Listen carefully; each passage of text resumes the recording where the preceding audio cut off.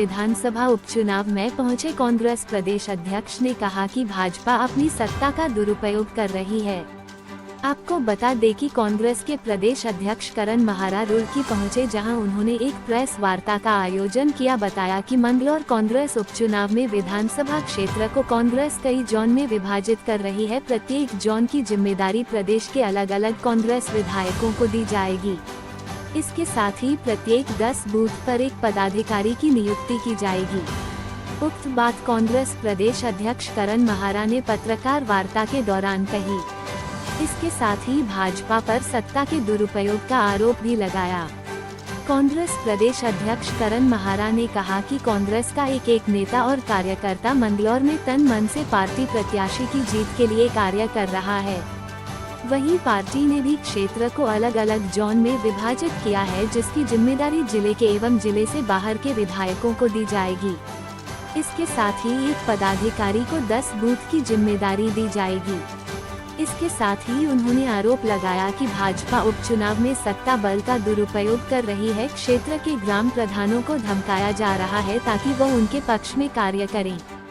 साथ ही उन्होंने कहा कि काजी निजामुद्दीन का चुनाव अच्छा है, लोग व्यक्तिगत रूप से उनके साथ जुड़े हैं। इसके साथ ही कांग्रेस के पक्ष में भी लोगों का भरपूर समर्थन है।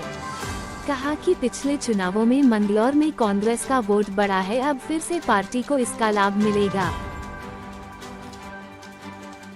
माननीय प्रदेश अध्यक्ष जी का आगमन हुआ है, तो जब भी प्रदेश अध्यक्ष जी आते हैं तो प्रेस वार्ता तो एक स्वाभाविक बात है। और हमारे जिला हरिद्वार के लोग हैं, तो उन्होंने एक रिव्यू मीटिंग है जिला हरिद्वार की कि क्या कार्रवाई अब तक हुई चुनाव में और क्या आगे की कार्यप्रणाली रहेगी। तो उस रणनीति को बनाने के लिए माननीय प्रदेश अध्यक्ष जी ने जिला स्तर के हमारे सभी कांग्रेस जनों की ये मीटिंग बुलाई है, जिसमें सभी माननीय विधायकगण हैं। तो विधायक लोग को एक मौत हो गई दोनों विधानसभा क्षेत्र में अलग अलग, तो वो लोग वहाँ चले गए, इस वजह से नहीं आ पाए। बाकी सभी कार्यकर्ता यहाँ मौजूद हैं। तो बहू परमानेंट आती है और हमारे यहाँ तो प्रथा ये है, बहू आती है और फिर उसकी अर्थी जाती है। ये उस बहू को क्या कहते हैं जो एक जगह, फिर दूसरी जगह, फिर तीसरी जगह, फिर चौथी जगह, फिर 5वीं जगह होकर आए, उस बहू को क्या कहेंगे? तो ये उस बहू का नाम लेना उचित नहीं।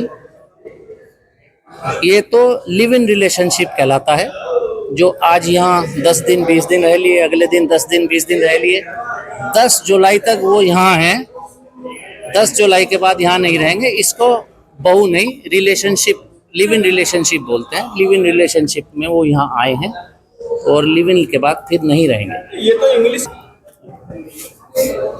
देखिए, चुनाव, हर चुनाव जो है चुनौती के रूप में ही लेना चाहिए, हल्के में नहीं ले सकते। बीजेपी की सरकार है और जिस तरीके से 10 वर्षों में बीजेपी ने 9 से ज्यादा सरकारें, चुनी हुई सरकारें गिराई हैं और पिछले बार के पंचायत चुनावों को भी प्रभावित किया प्रशासन की मदद से, वो निश्चित ही बहुत ही भयानक था। क्योंकि हमने देखा था 8 बजे वोटिंग काउंटिंग रोकी गई और अचानक सुबह जो है अनाउंस कर दी गई, वो बहुत खतरनाक था। और आज भी मेरी पुख्ता जानकारी है कि प्रधानों को धमकाया जा रहा है, जो राशन के डीलर हैं उन पर भी दबाव डाला जा रहा है। तो ये निश्चित ही कहीं ना कहीं, और जिस तरीके से बीजेपी एक बाहरी व्यक्ति को यहाँ चुनाव लड़ाने लाई है, वो बाहरी नहीं है, वो बीजेपी की आइडियोलॉजी का भी नहीं है।